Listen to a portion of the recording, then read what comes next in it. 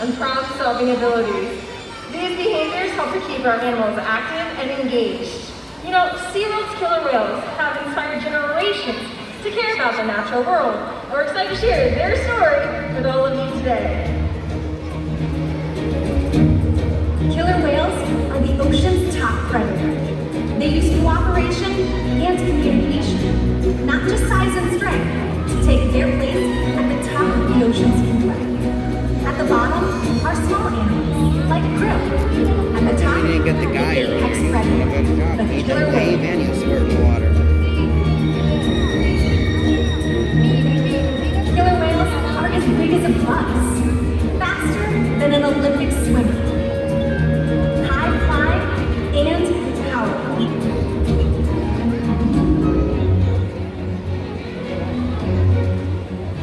Tonight we're going to see all of that and much more. These and other behaviors provide an environment that's full of enrichment.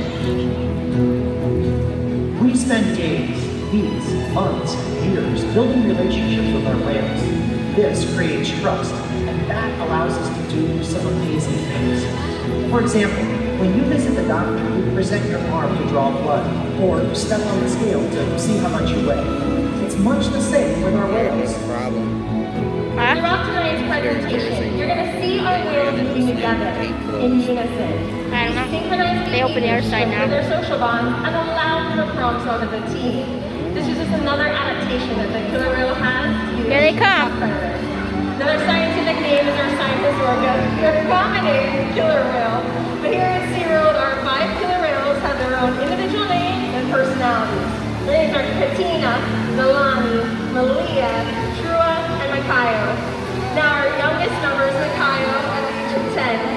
His mother is actually our oldest killer whale. She's 44 years old. Now over the time that we have cared for all of our killer whales, we've learned a lot about them. We've been able to share that information with scientists and researchers that are trying to better understand them. 2 is 5. But the key to all of the information we've learned has been developed through building a relationship first. Now, once we have a relationship with the killer whales, and they know us, we know them, we can start training some amazing husbandry or healthcare behaviors. Now, one of the first husbandry or healthcare behaviors we have is called a fluke present. Now, this is very similar to you going to the doctor and holding out your arm and giving a blood sample. Well, our killer whales are trained through that positive reinforcement to lay very still and actually present their tail flukes right to our trainers. Now out here right now we have Justin and Alani, and Justin's going to demonstrate how we ask for that fluke present.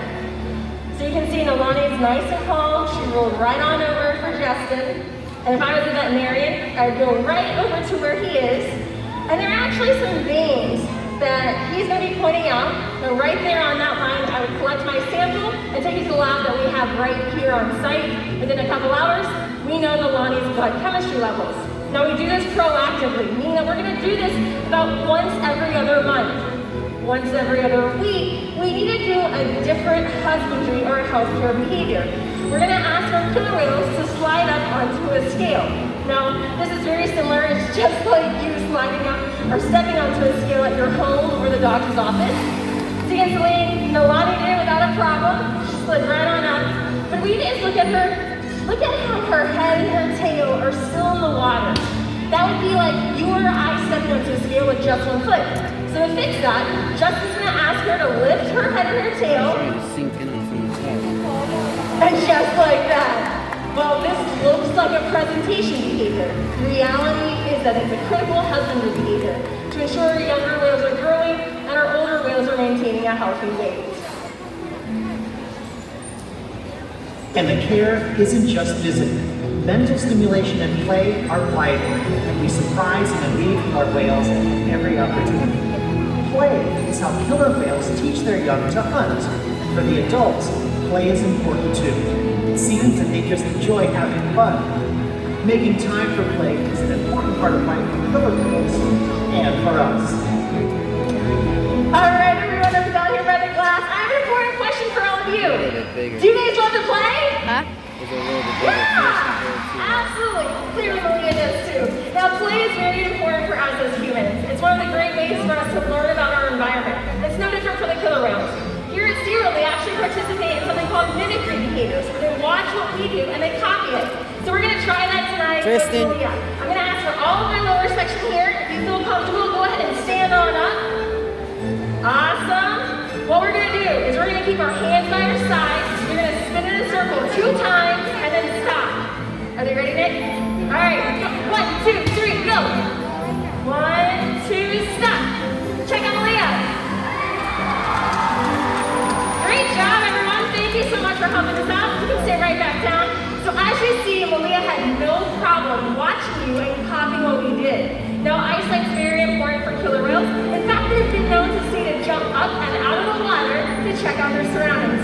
We're going to test this out with Nolani. So when you see Nolani jumping over at the stage area, go ahead and give her a great, great big cheer.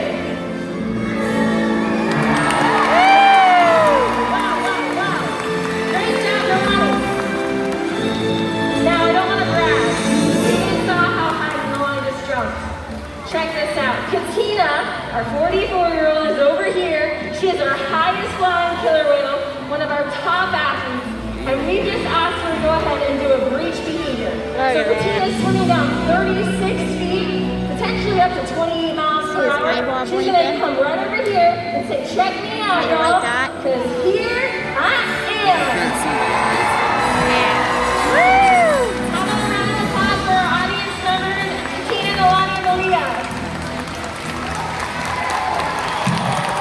Now, Zero's research and observation of the killer whales in our care have shed light onto many of the mysteries surrounding these amazing animals.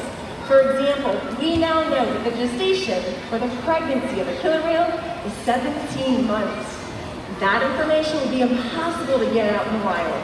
Other information can only be obtained through field observation. So in those cases, Zero teams up with our partners, like the Norwegian Orca Survey or NOAA, to further our knowledge.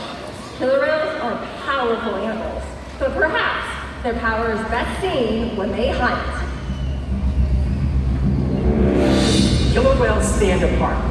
They have no natural predators, and just about any other ocean animal could be their dinner.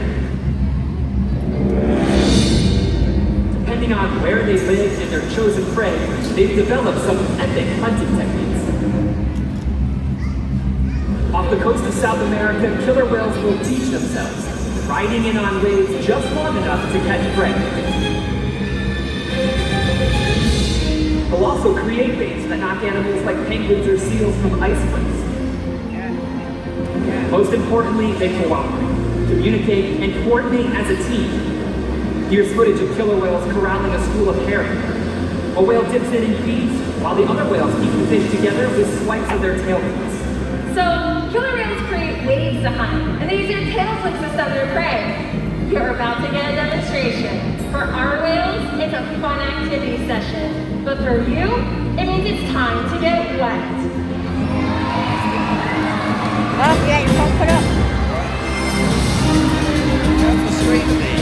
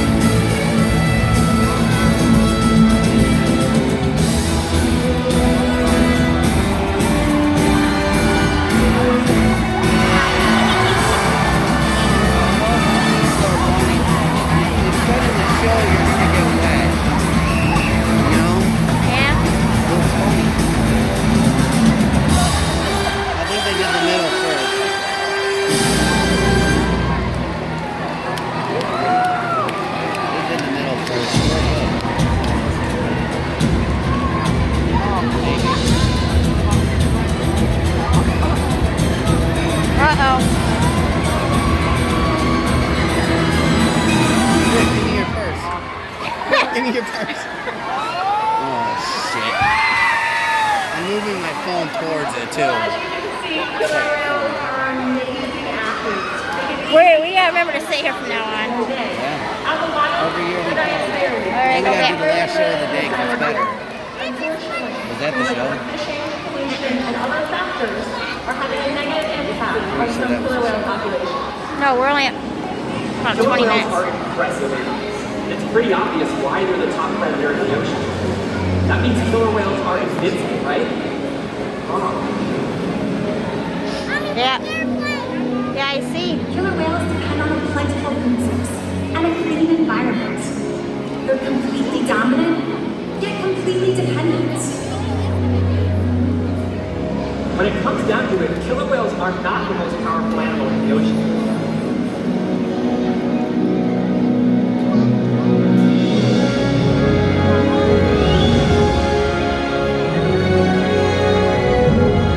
Their future depends on you. Through your actions. Through the choices we all make. We hold the future of killer whales and the oceans in our hands. Killer whales continue to surprise and amaze us. They're the perfect ambassador of the ocean, limitless, connected, powerful, but still modern. The challenges that we face can seem insurmountable. Don't give up. Be inspired. We can make a difference. The ocean needs our help, and that seems overwhelming. But together, we can make it happen. There's so much to learn. So much to protect. So much to explore. The killer whale story is still being written, and there are simple things we all can do to make a difference. All it takes is one choice. One positive act. One ripple that can grow and grow. Change the world. Together, we've got this.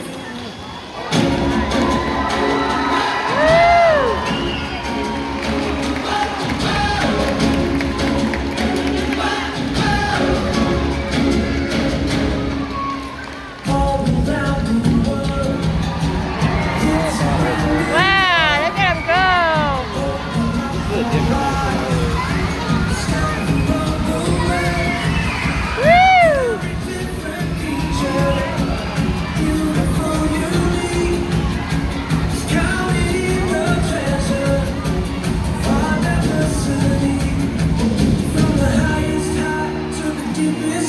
So much mystery.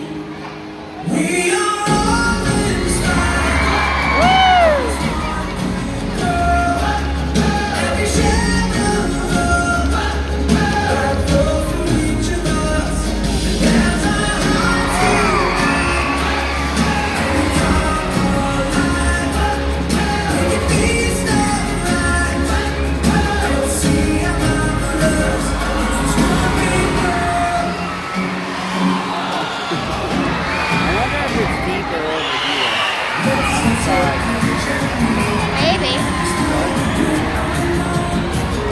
Funny, we got big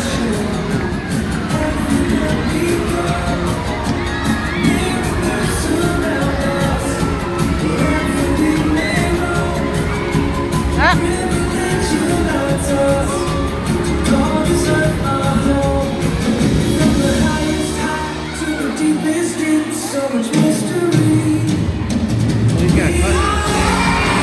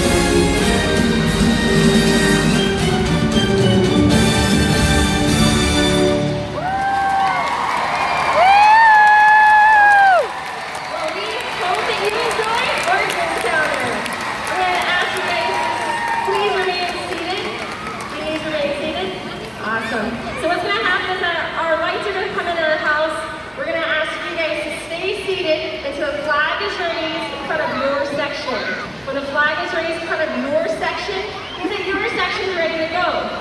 For my lower bowls, please sit back down. Please sit back down and wait for the flag to come to you. So up top we have our white section, we have a pink flag, we have a red flag, and we have a green flag. For my lower bowl sections,